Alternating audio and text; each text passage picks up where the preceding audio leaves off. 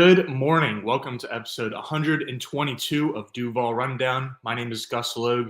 Today, I won't be joined by anyone as I am each Monday before the draft. I was doing mock draft Mondays. Obviously, the 2025 NFL draft is come and gone.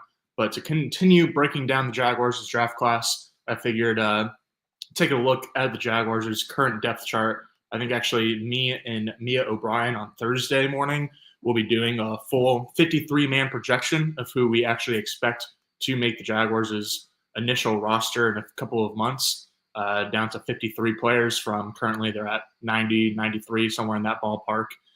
So yeah, we're going to be looking at pretty much all 90, 93, whatever it is, number of players on the current depth chart as we enter phase 3 of the offseason. Rookie minicamp is this coming weekend. Training camp and OTAs and all that stuff are kind of just around the corner, but Jaguars have pretty much made all of the personnel moves that they are expected to. I mean, maybe they'll sign one veteran player the way that they signed Emmanuel Ogbah after the draft. But yeah, pretty much this is what we can expect from the Jaguars in terms of the players that they'll have on the roster. So let's get to it. Let's start out with the offensive side of the ball. Let me pull up my little picture here. Where did it go? All right, here we go. This is from Our Lads. Our Lads is really good at doing updated and accurate rosters. So the screenshot that you're looking at for video watchers, streamer watchers, is from Our Lads. And so let's start out with quarterback group, I guess. Trevor Lawrence, obviously quarterback one, will be quarterback one, not just in 2025, but hopefully a lot more seasons to come. But yeah, the franchise runs through Trevor Lawrence first and foremost. It's kind of interesting, the lack of, I guess not smoke and rumors, but just the lack of talk in general about Trevor Lawrence this offseason, considering all that's been going on between the fully new regime, between trading up for Travis Hunter in the draft. Lots of talk not really centered on Trevor Lawrence, which I don't think it's necessarily a good or a bad thing. But yeah, certainly we'll need a big season, a big couple of seasons of Trevor Lawrence for the Jaguars to get to where they want to be under this new regime. But yeah, Trevor Lawrence, quarterback one. Quarterback two, I think we can expect to be Nick Mullins, who was signed in free agency. Video watchers can see free agent additions are highlighted in orange. Rookies via the draft are highlighted in purple. And then rookies via undrafted free agency are highlighted in teal. So yeah, Nick Mullins signed from the Minnesota Vikings following over new Jaguars offense coordinator Grant Udinski. And so because of the money allocated to him, I think it's fair to expect, even if it's not crazy money relative to a lot of other players, even backup players on the Jaguars' roster, he's making a couple million in 2025 on just maybe a 2-year. I think it's a 2-year contract, but it probably has an out after 1 year. And so, yeah, as of now, Nick Mullins is the backup. They've also got John Wolford on the roster, who's been kind of bumping around practice squads, including Jacksonville's own practice squad. And then they also got Seth Hennigan, quarterback in undrafted free agency out of Memphis. Don't really know a lot about him. Obviously, I think for Seth Hennigan and for John Wolford, they're kind of on the outside looking in because the Jaguars will likely just carry 2 quarterbacks on their 53-man roster. And so as of now, I expect that to be Trevor Lawrence and Nick Mullins. But maybe if Mullins gets hurt or if one of the other 2 guys, Hennigan or Wolford, ends up outplaying him during training camp in the preseason, etc., maybe we'll see a switch up. But yeah, the top 2 quarterbacks in Jacksonville right now, Trevor Lawrence, Nick Mullins. Let's go to running back, which is a very interesting position group following the NFL draft, when the Jags added Bayshul Tootin in the 4th round and then LaQuint Allen in the 7th round. They obviously have Travis Etienne, a former 1st-round pick, and Tank Bigsby, a former 3rd-round pick, still on the roster. That will probably be the top 2 guys at least entering the season. But instead of being a two-headed backfield like it kind of was for most of last season, I guess we saw a little bit of Dearness Johnson here and there. But it was basically a two-headed backfield between Etienne and Bigsby. But now in 2025, I think it could be as much as a 4-headed backfield. With Tootin, obviously, you kind of expect him to make an impact, where you don't necessarily expect every 4th-round rookie to make an impact, but when it's a running back, usually those guys have I don't want to say the least amount of transition in terms of difficulty from moving from the college to the pros, because like it's still very difficult to go from like one level to the professional level. But relative to other positions, usually running backs are able to kind of just step right in and contribute, especially like in Tutin's case, where I think that because of mostly his frame, but he's also got some fumble concerns. I don't think anyone should really expect him to eventually turn into some kind of workhorse running back. I think at his best, he'll almost be kind of similar to ETN, where he's like change of pace back with like breakaway speed. And he can be really efficient with like somewhere between 12 and 15 touches. But once you get closer to more than 15 touches, closer to 20 or even 25 touches, then the efficiency kind of starts to wear off, and he doesn't really have the build to probably sustain that kind of workload over the course of a full season.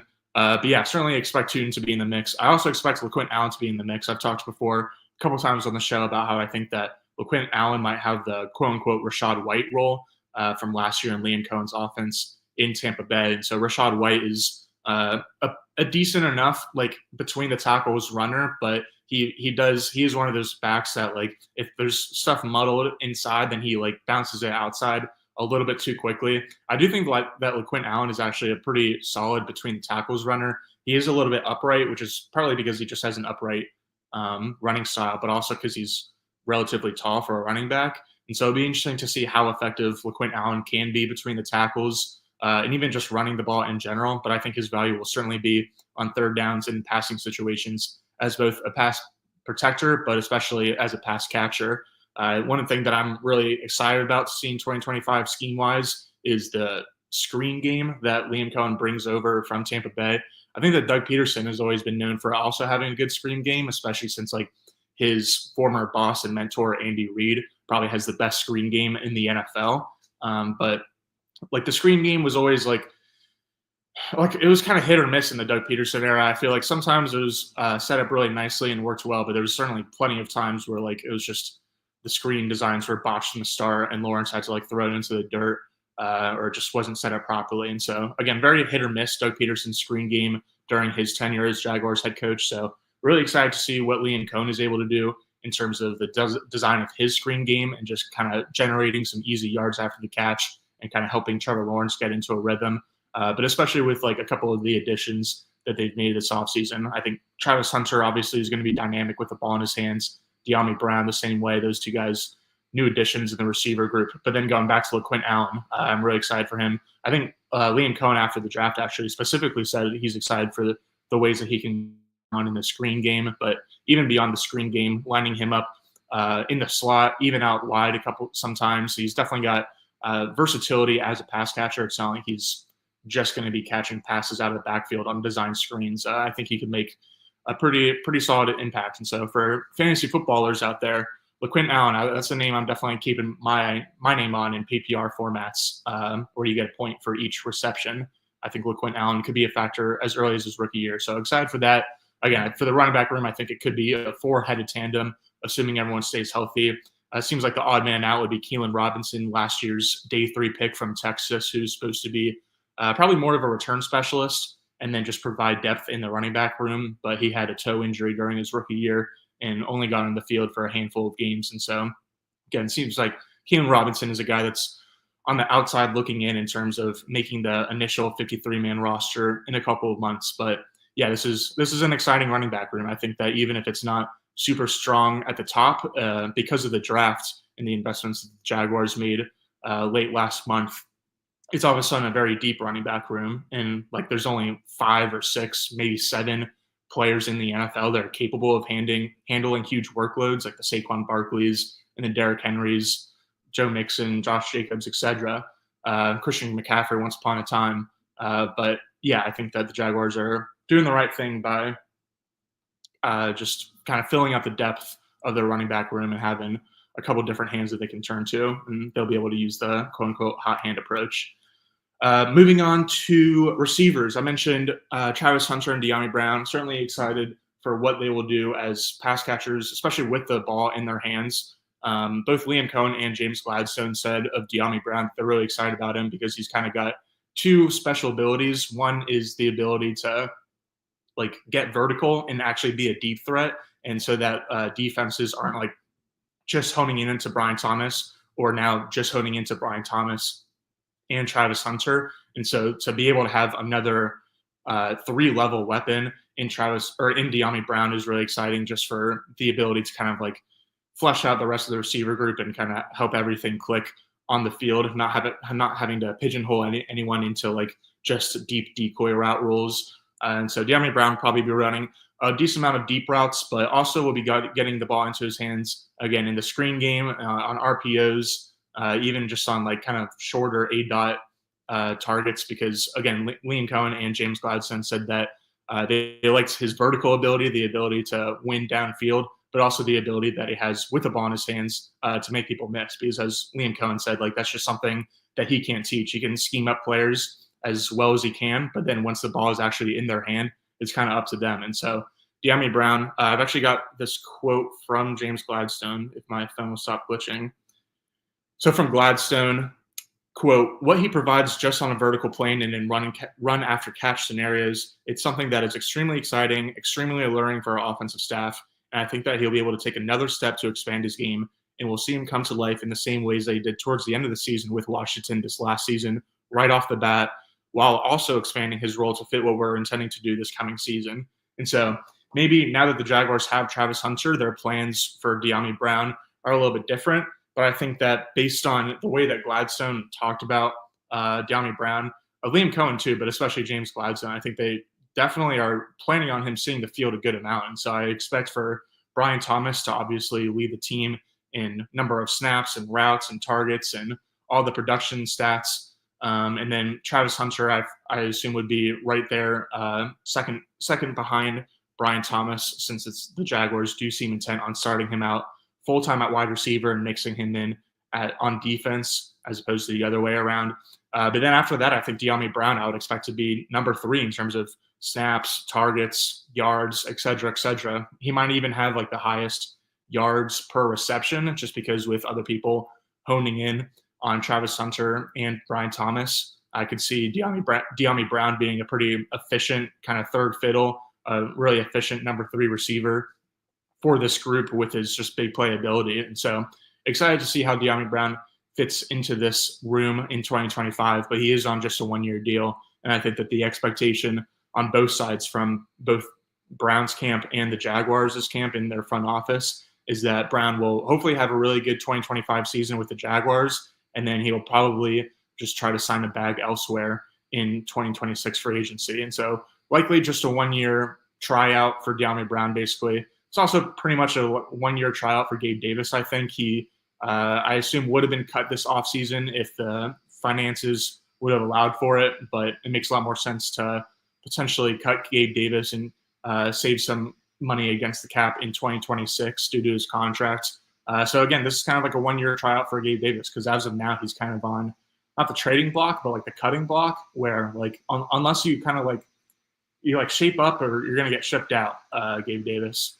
There's a lot of kind of inexplicable drops from last season. Certainly not the effort I think you would have liked to see on every single snap, considering he was hailed as like such a great locker room guy and a team captain coming over from the Buffalo Bills. So, I mean, I'm certainly hoping Gabe Davis proves me wrong and ends up being a critical part of the Jaguars' passing game in 2025. But yeah, it seems like he's kind of got one foot out the door already, just mostly based on his contract details. There's Parker Washington is also out there, the former Nittany Lion, former, I think, 6th-round pick. Maybe he was a 5th-round pick.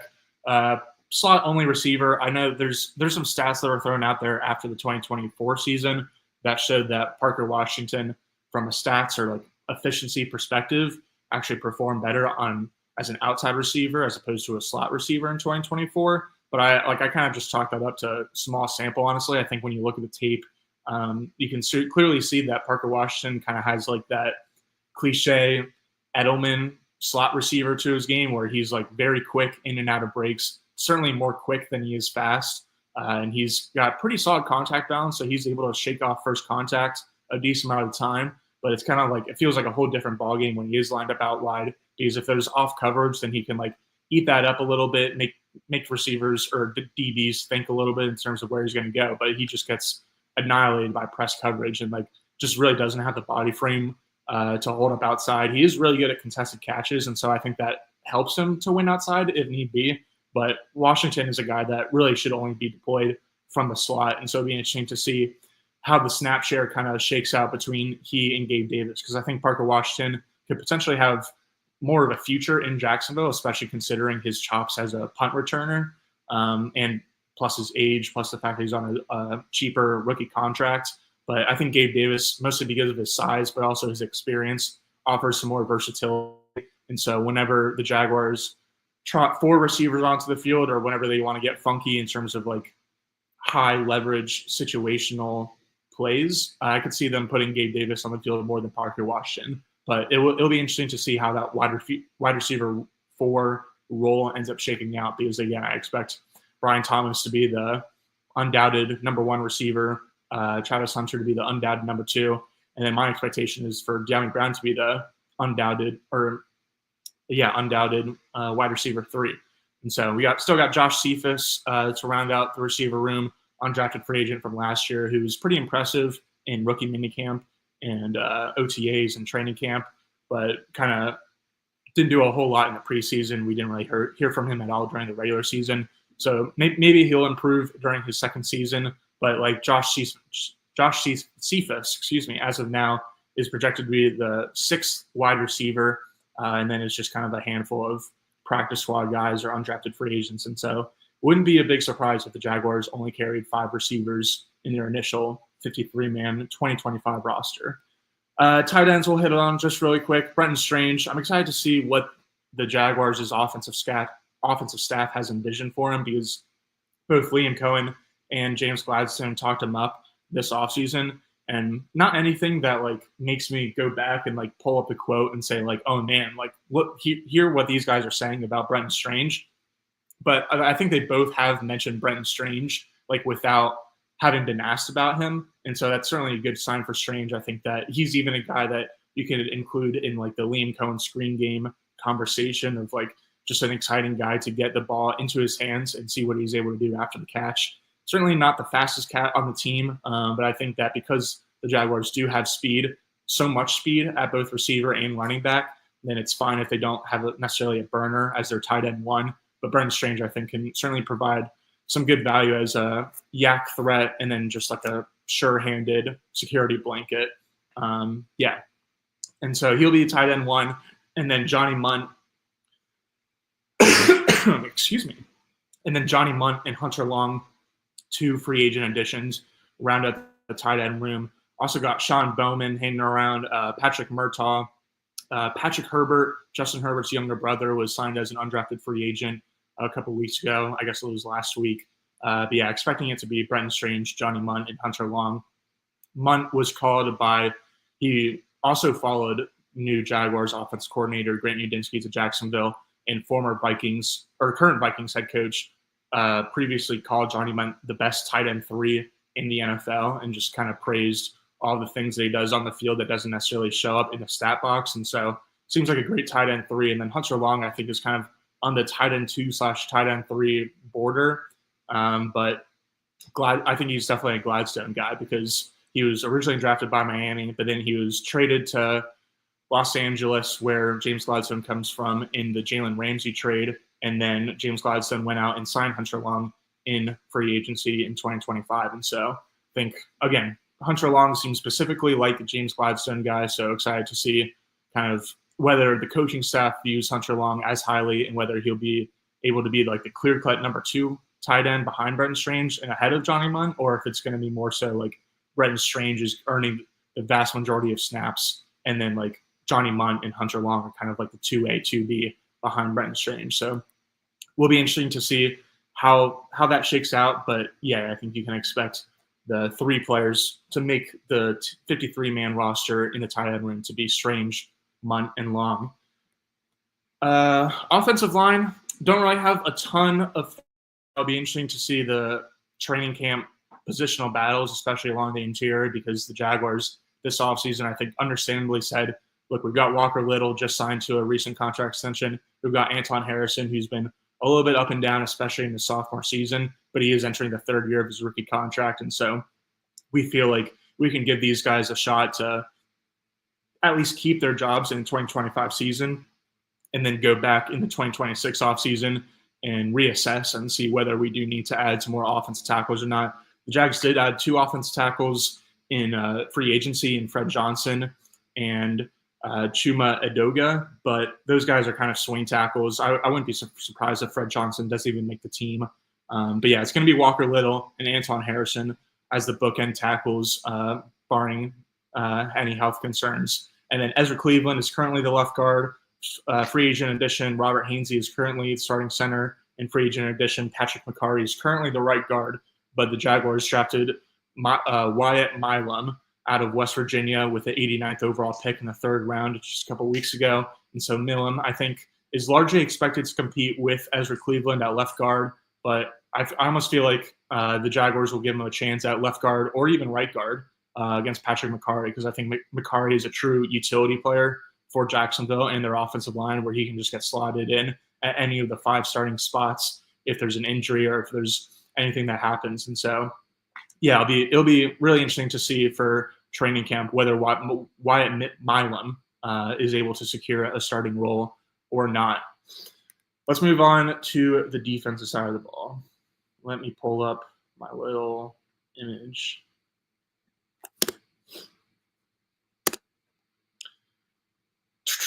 All right, here we go.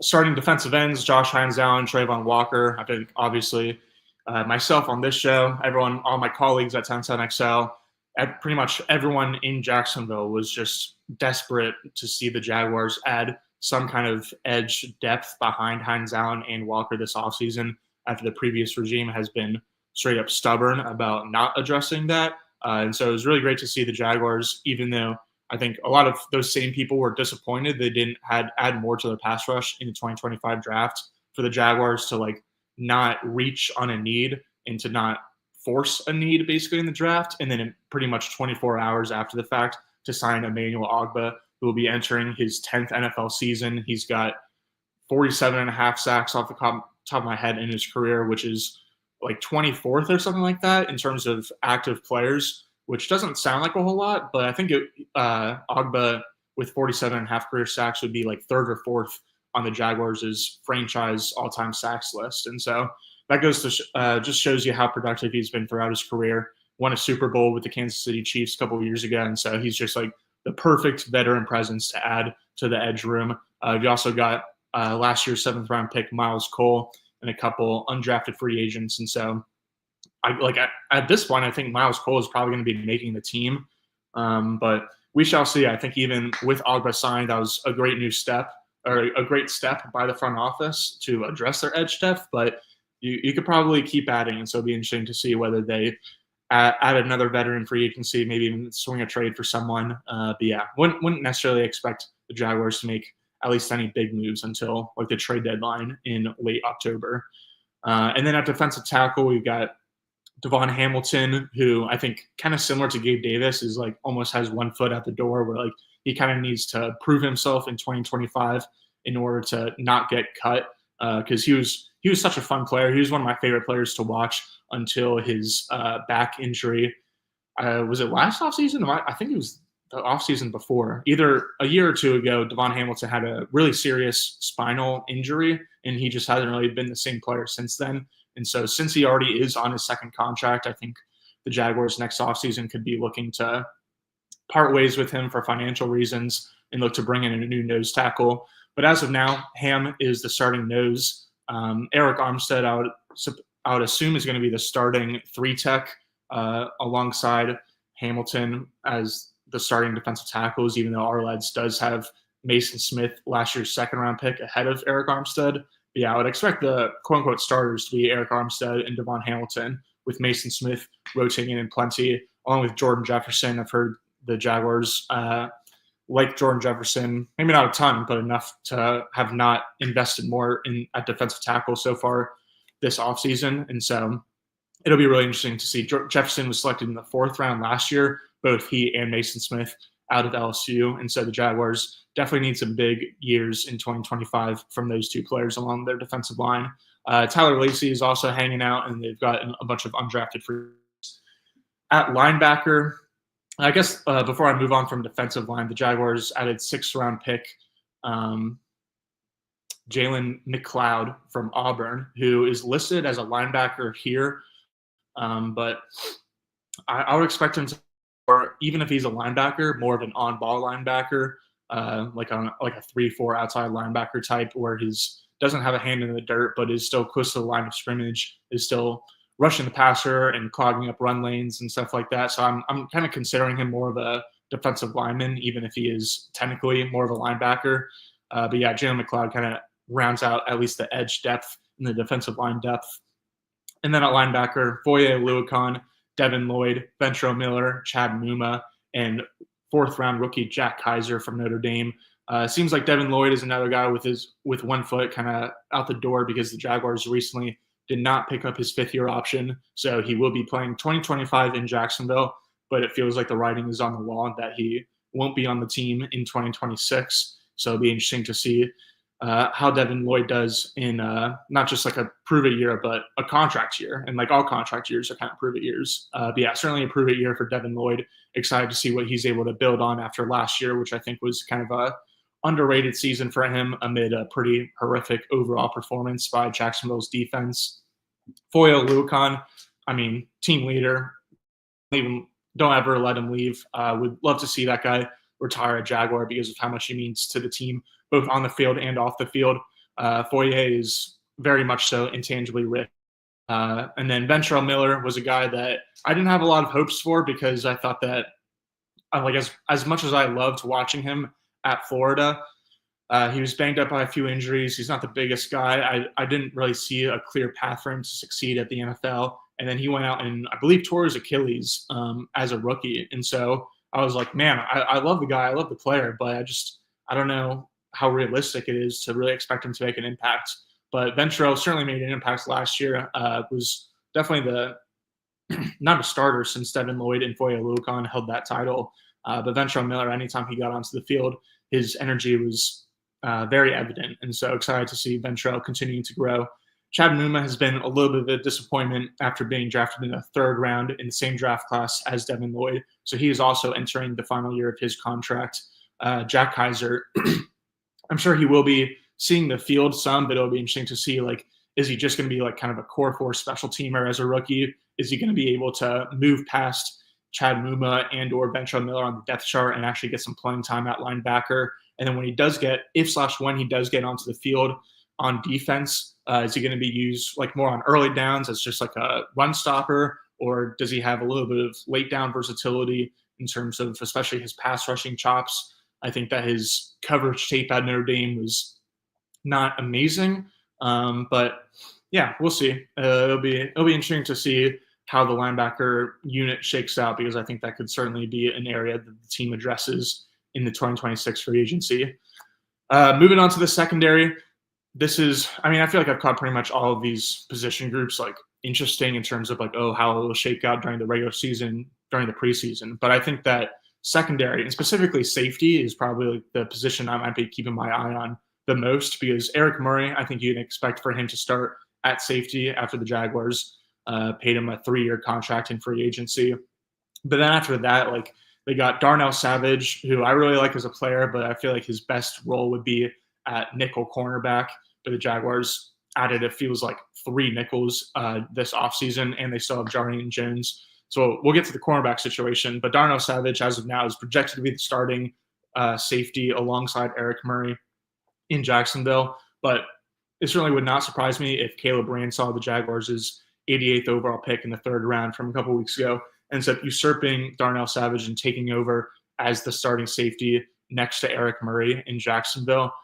So I'm very excited to see Caleb Branshaw during offseason practices. Antonio Johnson is still hanging out, former 5th-round pick who's kind of considered a steal in terms of consensus boards. He's another guy that's really good close to the line of scrimmage. Andrew Wingard is still hanging out, kind of a culture guy, special teams guy. But Rayon Lane, the 6th-round pick safety from Navy, I feel like could end up replacing Andrew Wingard as like the kind of culture-setting special teams ace because I think he's got some interesting traits in terms of like a ball-hawking, instinctive safety lining up that deep. But I think from day one, you can expect him to be a factor on special teams. And then for cornerback, like Tyson Campbell, still cornerback one. Obviously, he does have some injury concerns where he's played at least 10 games in every year of his career in the pros. But he's had especially hamstring injuries for the past 2 years. That's kind of either kept him off the field or kept him from performing at his peak ability when he is on the field. And so definitely hoping for a healthy season for Tyson Campbell, because I think if he is healthy, he's like a Pro Bowl caliber player. And so it'll be a lot of fun to see him lined up alongside Travis Hunter whenever Travis Hunter is on the field on defense, because I think that they're both superb athletes. I mean, obviously Travis Hunter is kind of in a class of his own, but Tyson Campbell and Travis Hunter are both like phenomenal zone cornerbacks, so great at breaking on the ball and being able to read quarterback size and just use their instincts and their IQ to make plays. And so excited to see kind of like the zone packages, but specifically the zone blitz packages that new Jaguars defensive coordinator Anthony Campanile puts together.